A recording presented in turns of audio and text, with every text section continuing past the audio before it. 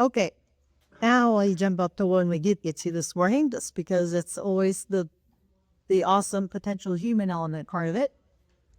What's your why? I mean, each one of you is doing something just a pinch different, definitely outside of the normal, the veil grazing, the value add vertical integration of selling by the pound or by the whole beef all year round. Grazing corn, love that one. So why? What what got you to that point for making those changes to be was different? Well, for us, it was economical. We weren't generating enough income off what we were doing, and so therefore we started looking for something that we could do. And fortunately, we came up with something that was tied right to the operation, that we didn't have to go outside and buy new equipment or anything like that.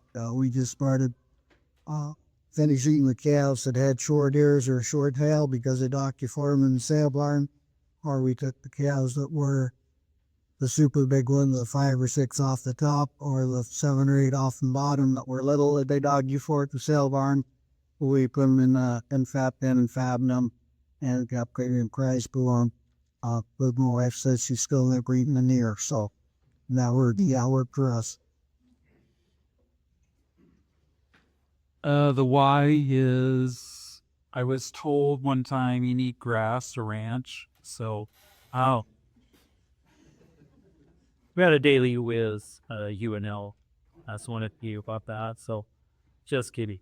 No, it's seriously, yeah, we got to grow grass. We got to have grass and leaf area there to capture sunlight. Be ready for rain when it comes. Be able to manage through a drought. And you picking through my kids and their kids on the ranch in good condition, that done for the next generation. On our ranch, like I say, we're kind of grass deficit far as putting for feed deficit for winter feed, and that's always the biggest problem. We've had the opportunity to rent some extra grass, so I have plenty of heel grass to run cows on, that we didn't have the feed, so we had to maximize the acres that we irrigate to grow as many tons of feed as we can, and be able to be flexible with what we do. That's kind of why we started doing the rotations we do, is just to extend grazing. Like you say, we do a rotation with the, like say if you have rye and plant it in the fall, we'll come in behind the rye, we'll either hay it or graze it, and then come back behind that with sorghum sudan, and then back behind that with, like say, the grazing corn, or if it's late, depending on what the year brings, we'll go in with oats and rye mixture or something where we can still have good fall grazing, and that grazes really well. Then behind that, we'll start within our oats and peas behind the rye that spring, and or like say we'll work it up, farm it up, graze it early, put in the oats and peas, sorghum sudan, and then that will take us into that first part of September where we're ready to go back into rye again. And it just allows me to get more crops, more forage. Then the flexibility, if we have plenty of bales, plenty of hay stacked up, then instead of baling, then we'll look at grazing. And it's just a way to maximize. I got the investment in equipment and the land and sprinklers, and like I say, keeping them under production, always producing. It just is a way we can just run more numbers of cattle. I was fortunate enough to come back to a pair of outside of the box thinkers. And they already had some of the changes in motion anyway. And what it comes down to is, trying to complete the circle. Matching what we do with the resource base that, is available to us, and where, we were row crop farmers, and had crop residue to utilize, as well as native grass, just trying to come up with a system that, that matched and best utilized the leftovers from the farming side of the operation, and then the labor draws and demands throughout the year. It would things have kind of moved on, so it's not as much of a shared crew as it used to be, but just trying to spread the amount of labor that person had out throughout the years. So really it's those changes came as a way to complete the circle for the operation and try and utilize as much as we could in-house and come up with a system to do that. Well, I was working a full-time job in town and trying to manage the ranch at the same time, feeding cows in the dark and hassling with everything else that comes with an overloaded plate. And I had to do something different, or close down one or the other. And I attended the South Dakota Grassland Coalition Grazing School in 2007. And so the things that I learned there were a real eye-opener to me. It taught me more to think outside of the box, not that you don't have to stay within the norms. And there are things that people are doing that might not fit your operation or everyone's operation, but there's a lot of good information out there that you can adapt to your operation that will save you time and money. The Nebraska Grazing Land Coalition offers a couple times a year a grazing school. Last week, they just had one in El Cerro. It's fantastic. Highly recommend. I attended the first one, and I'm sure. I think they're tentatively planning one in September down there again with Jim Garish again. Supposedly this was the one last week was going to be his last Nebraska one, but they're really twisted his arm last week to potentially do another one in September. So it's highly recommend. South Dakota one was probably just a top notch. Yep. Okay. Any questions from the audience so far? Any more yet? Yes, Steph? One of the things that always is troubling, and you guys are all doing it, grazing corn stalks. One of the things that we always hear, the compaction that happens from the hoof action on a cornfield, and I'm not saying that's been seeded with rye or anything like that. It's just beating the residue off the corn stalks. How do you convince people? The university has done studies that says it's beneficial, and you guys are living it.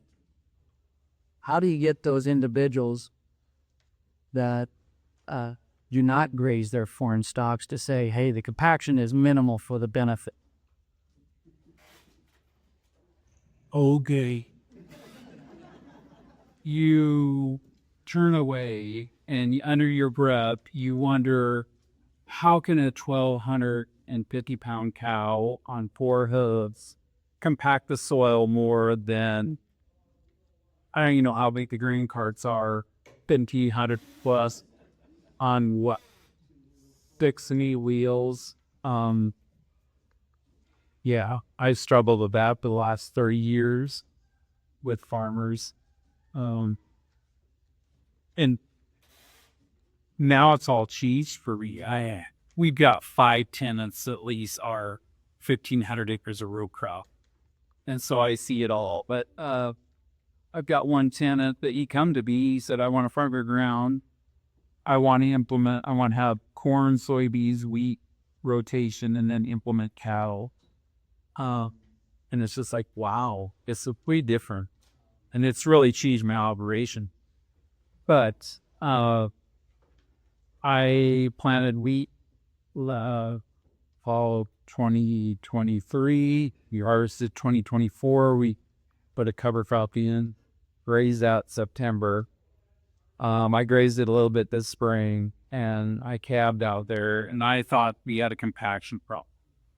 And the farmer come in there and planted corn in May, and he said, I don't know, his planter will tell him how much pressure he needs to put on or whatever. But he said that was the best planting field that he had all this year. So, yeah, and it was an eye-opener too. I remember another tenant saying, well, UNL says you can graze till May, end of May, and not have it yield. issue. So it's a struggle with some. But I had the, not used to say this, but I think the farmers are coming around, and where I'm at, we saw a lot of rye being planted after soybeans and after corn too. There was a lot of fields in my area that were green all winter. So, look, anyone? Anybody else want to comment? Quite. So did it make a difference what kind of cover crop you use to help the health of your soil for corn planting? I mean, I'm talking about the root system you produced or started, like with your grass crops, rye and wheat, stuff like that. It does a better job making your soil more desirable to plant corn in. Yeah. I would say diversity of your cover crop would help. The farmer I was talking about, he planted it as just straight rye. And then the field I was talking about that he said planted the best, it was a 6-way mix. So I would say that diversity of your cover crop is a benefit. What kind of soil are you talking about? A heavy loam, or is there a tight soil like clay, or pure blow sand, a little bit of root in it? Probably pure blow sand with a little bit of root in it. Hey, how far away are you?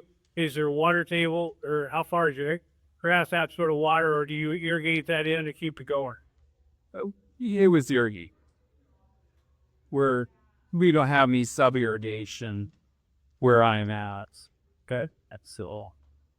Where I'm trying to convince some of the farmers in my world, or not my world, but get it to, instead of a corn soybean operation, somewhere in there incorporated a grass crop, so you can build on your feeder blow-in, you can build a root system underneath there to slow your water up and flush it through there and put down into your drab, which is your, and they just keep pumping water on it, the water just flow through there like a lot.